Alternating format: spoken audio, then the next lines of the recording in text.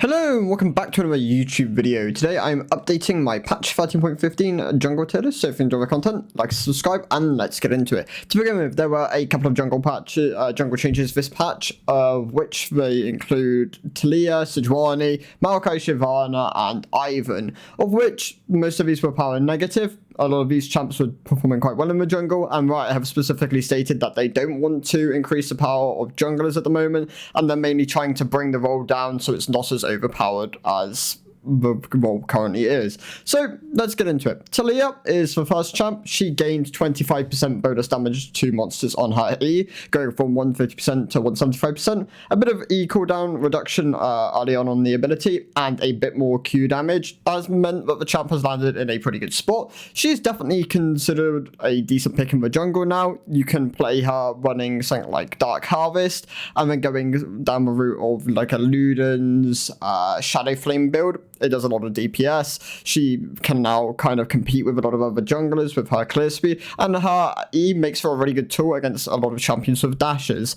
Definitely look at how to clear on this champion correctly though, because you really want to be utilizing the amount you can drag camps out, how you utilize your Q with the empowered and just the standard version on it, and overall just maximizing your clear efficiency is really important. Her tools within her kit with the W and the R are really valuable within team fights as well, in combination with her huge amount of damage. Just makes her a really valuable pick. Be careful though, she does struggle into really tanky compositions. She can also struggle into compositions with more range than her, so make sure you're picking her in the right spots. Try to avoid picking her into either of her bad comps, but a good champ. Sejuani got nerfed this patch, losing 10 damage of both swings of W. This has put the champ in a pretty bad spot. I'm hoping they look to adjust Sejuani so she's better in solo queue and worse in pro play, because her pro play dominance is what has led to her nerfs when she's not performing particularly well in the solo queue anyway at the moment. So something along the lines of maybe some ratios up and some late game damage on Sejuani to even out with the fact that she's been nerfed a significant amount of time because of pro play. But for the moment, she's going to be in the C tier alongside Wukong, both these champs heavily crippled by pro play. Maokai lost 20 damage at all ranks on his Q. This is really going to hurt his clear speed. However, as he is a very simplistic champion, he doesn't lose a huge amount of win rate, only kind of suffering from a bit of clear speed loss, but overall still a pretty good tank, has some good builds, just not as powerful as he used to be, as you're going to struggle to keep pace with a lot of the other meta junglers. Shyvana got nerfed this patch. She lost some AD growth, she also lost some health growth, and overall this has just meant that she's dropped down a tier. I'd really like for them to nerf Shyvana a bit harder later on into the game and give her a bit of power early on, so she isn't so much of a bait pick in high elo and then not so much of a dominant pick in low elo. That'll be a good place for the champion to fall. I'd recommend going her Triforce build still. It is her best performing build, but Triforce into Sterx, Titanic, and things like Wit's End, Spear of Shojin, all these items are really good on her. You can also go the Demonix Frostfire variant. It does work. Night Harvest to Shyvana isn't performing quite to the same level in mid elo. It's still really good in low elo, as it is very much the AP one-shot build. You go something along the lines of Night Harvester with Dark Harvest, or Fire Strike. I would recommend Dark Harvest, however, for this build. And then you go things like Nash's too. You can pick up Rabadon's Cosmic Drive, making sure you get Medjais. That is still something very important with AP champs at the moment. Things like Talia, Diana, Eve all really rely on Medjais at the moment. The item is just really strong as a snowball option within solo queue, so definitely make sure you're picking it up whenever you're playing one of these champions. And Ivan is going to move down a tier.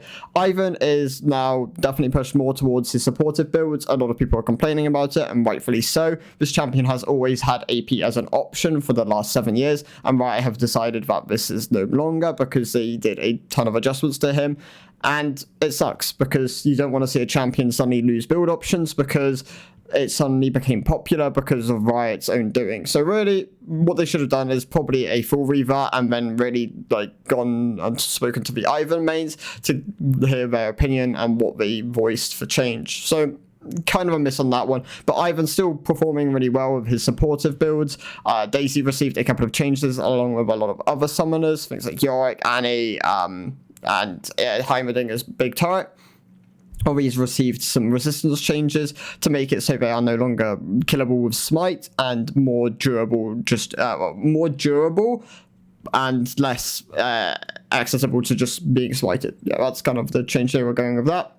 But overall, Ivan, yeah, performing relatively well still. Make sure you're going like the Chevaliers. I'm pretty sure what is its highest performing build. The things like Echoes of Helia and Moonstone, I think, is bugged on him, so you can kind of look at these options. But yeah, Chevaliers is definitely the way to go with that one. Other champs I want to speak about, things like Kha'Zix and Rek'Sai still very much dominant within the jungle at the moment. Kha'Zix, as long as you can play him correctly, is really strong. If you struggle to play Kha'Zix, though, I definitely recommend playing Rek'Sai. She's easier to pilot at the moment. She has more margin for error. Does really high amounts of damage, has actually a relatively fine time getting into the late game, can still 1v9 later on into the game, has really good build paths in things like Stridebreaker, Cleaver, Sterex, Death Stance, GA, more. All these options are really good on her. You can't really branch out further than that. You can still kind of lean towards a bit of lethality. Things like the Yomu's Eclipse and Edge of Night can still kind of be dabbled in, but I definitely recommend going more for the Bruiser build as it has more universal value. Jarvan, still relatively easy to play, has a lot of value in the fact that he can pressure the map really early on from level 2 and has pretty good damage. He does fall off if you don't get a lot of kills on him, and you do have to be pretty proactive around the map. Well, proactive as Dantes calls it. I'd still think it's just, yeah, what Agaran says, the correct play. If you're looking for those options, then you can really like stomp on this champion. Definitely watch Agaran if you want to learn Jarvan. He's playing a lot of the champ at the moment and is finding a lot of success in very high elo career. Groves, really powerful champion. I've made a guide on him recently. Definitely go check it out. The main kind of build for him is his Yomu's Collector, Bloodthirster, LDR, Shieldbow build, which is performing really well at the moment. He is also relatively hard to play, so put a bit of time into playing him. Make sure you're maximizing his clear, otherwise you will fall to a lot of these simpler junglers. But mainly, if you're low elo, I definitely recommend things like Rek'Sai, Jarvan. Tanks are still really good in low elo, things like your Zax, your Udis, your Nunus. Lydia, pretty simplistic champ, is actually really strong at the moment, kind of sleeper. Kayn, if you enjoy playing Kayn, definitely consider picking him. Maokai, Shyvana, still really good low elo options. Hecarim has taken a bit of a hit, but can still work. Yi, of course, still works in low elo as a 1v9 champion. You just got to be able to utilize his Q and how you're kind of like projecting yourself out of that ability. Rammus and Mumu, both these are really good low elo tanks. Rammus, really good into very high AD comps, making sure you go Sorks on this champion, however. They are his best boots. You can go Swifties. Definitely don't go plated steel caps because you don't really need to overstack on armor, whereas the damage and the speed is really important on this champion. Mordekaiser still works as a low elo pick. I'm hoping they give him some buffs at some point to like kind of solidify him as a jungler, because he's kind of been here and there since his nerfs at the beginning of the season, mainly because of Demonics, and then they went and nerfed Demonics. So he's performing well in low elo, but not great in high. Once again, Volibear, this champ still needs a bit of love. He's still struggling. And then a lot of the B and C tier struggling because of pro presence. Gragas, Elise, Sejuani, Wukong, Vi, all suffering because of pro presence. Things like Xin Zhao just hasn't made a recovery since his dominance last year. Zed, Talon, Kiana, all very volatile junglers. Definitely recommend picking them if you're like one tricks, but not really if you're just kind of like branching out picks. Playing something a lot more kind of standard, something like a Viego can have a lot of power. So that is kind of, but yeah, making sure you're buying Magi is really important. A lot of these champs really abuse that item at the moment. I think other things to really pay attention to are things like the power of Sterex and Shojin within the game at the moment. Both these items are really good on a lot of champions and definitely being under purchased. Things like Viego can utilize Sterex. Hecarim utilizes both items quite well. Things like Warwick, Sterex, even Yi, I'm pretty sure can kind of branch down this path, but you still definitely want to go things like a Kraken. I'm pretty sure you can have lethality options as your mythic, but Ginsu seems to be his most popular. Chondel, good pick into a lot of comps at the moment, especially if they're very heavy AD and have a tank. Other things to talk about, things like Udyr, really powerful because of his split fort, being able to choose whether you want to go AD, AP, but still has a lot of value in the game at the moment, especially if you're picking jungle early onto the draft, which tends to be what a lot of people like forcing. So that has options. No Clash this weekend, unfortunately. Should be Clash next weekend, but should be good to talk about. Hopefully we see some good changes on Monday. We could do with a bit of a meta shakeup, maybe some nerfs to Rek'Sai and Kha'Zix, and then maybe buffing up some of the rest of the pool in hopes that we see things at Worlds. Be good to see things like Lee Sin picked a decent amount. Things like maybe Diana, Echo could be interesting to see. Echo, of course, did receive buffs before last Worlds.